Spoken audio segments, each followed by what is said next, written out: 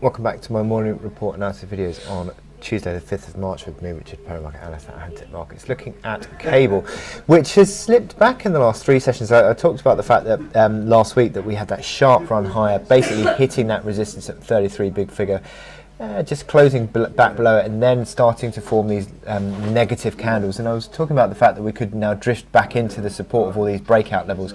Effectively, you've got, I mean, above 130 big figure, I think you're still positive, but the breakouts or the pivot support really kicks in at 130.50, and above that you've got 131.10, and between that 132.15. So you're sort of back into a band of support now. Band of breakout support, and the near-term momentum of this move is still corrective and lower, although we've seen a slight stabilisation today following on from the UK services PMI data, but you could say that the market is still sort of in this mini corrective phase. You've got the stochastics that rolled over.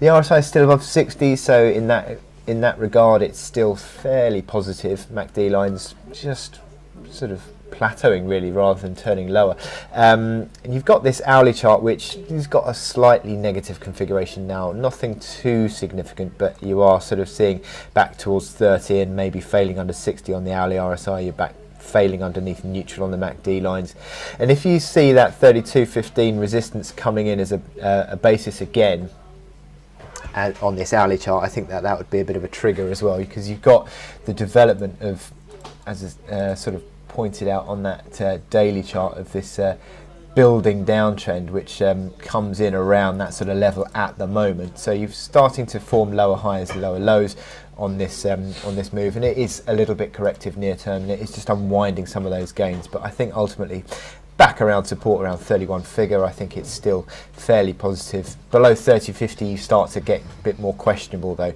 with that move. So I wish you good luck in your trading today, and I'll speak to you later.